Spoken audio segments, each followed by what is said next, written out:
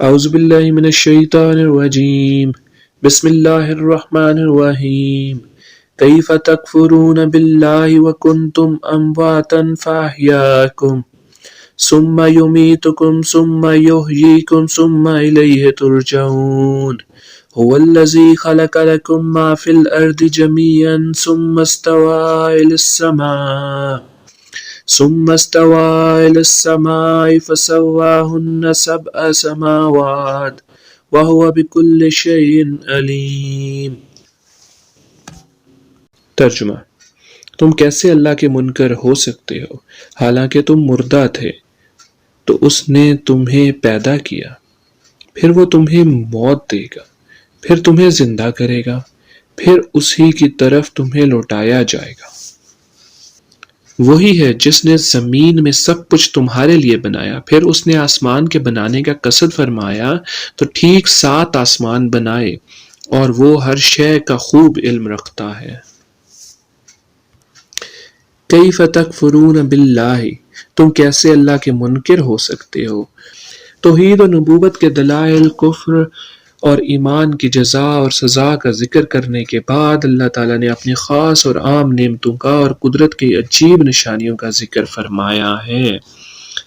کفر کی خرابی اور برائی کو کافروں کے دلوں میں بٹھانے کے لیے انہیں خطاب کیا کہ تم کس طرح خدا کے منکر ہو سکتے ہو، حالانکہ تمہارا اپنا حال اللہ تعالیٰ پر ایمان لانے کا تقاضا کرتا ہے، کیونکہ تم بدن میں روح ڈالے جانے سے پہلے تمام مراحل میں مردہ تھے، یعنی کہ کچھ نہ تھے یا بے جان جسم تھے۔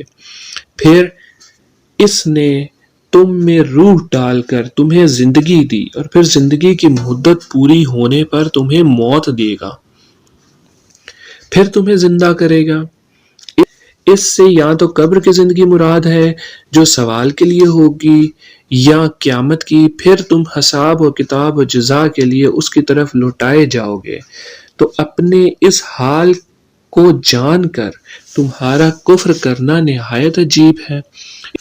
اس آیت میں غور کریں تو ہم مسلمانوں کے لیے بھی نصیحت ہے کہ ہم بھی کچھ نہ تھے، لیکن اللہ تعالیٰ نے ہمیں زندگی عطا کی اور زندگی گزارنے کے لوازمات اور نعمتوں سے نوازا، تو اس کے عطاؤں سے فائدہ اٹھا کر اس کی یاد سے غافل ہونا اور ناشکری اور غفلت کی زندگی گزارنا کسی طرح بھی ہمارے شایع نشان نہیں ہے۔ هو الذی خلق لکم، وہی ہے جس نے تمہارے لیے بنایا۔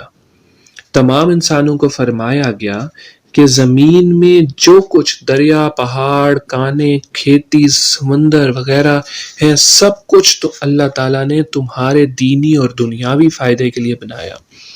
دینی فائدہ تو یہ ہے کہ زمین میں عجائبات دیکھ کر تمہیں اللہ تعالیٰ کی حکمت اور قدرت کی معرفت نصیب ہو، اور دنیاوی فائدہ یہ ہے کہ دنیا کی چیزوں کو کھاؤ، پیو اور اپنے کاموں میں لاؤ جب تک اللہ تعالیٰ کی طرف سے کوئی ممانعت نہ ہو۔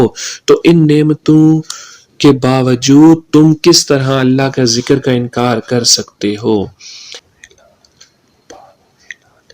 اس آیت سے معلوم ہوا کہ جس چیز سے اللہ تعالیٰ نے منع نہیں فرمایا وہ ہمارے لیے مباح و حلال ہے۔ وَهُوَ بِكُلِّ شَيْءٍ عَلِيمٌ، اور وہ ہر چیز کا خوب علم رکھتا ہے۔ کائنات کی تخلیق اور اس سے وجود میں لانا اللہ تعالیٰ کے کامل علم کی دلیل ہے، کیونکہ ایسی حکمت سے بھری مخلوق کا پیدا کرنا ایک ایک شے کا علم رکھے بغیر ممکن نہیں۔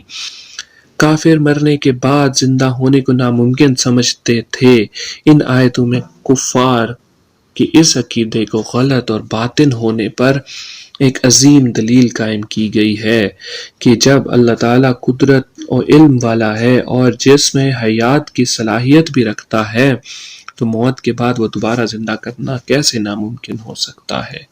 اللہ ہم سب کو نیک راستے پہ چلنے کی توفیق عطا فرمائے، دنیاوی فتنوں اور فتنہ دجال سے بچائے، اور آخرت میں اور دنیا میں ہماری نصرت فرمائے۔ آمین۔ صدق اللہ العظیم۔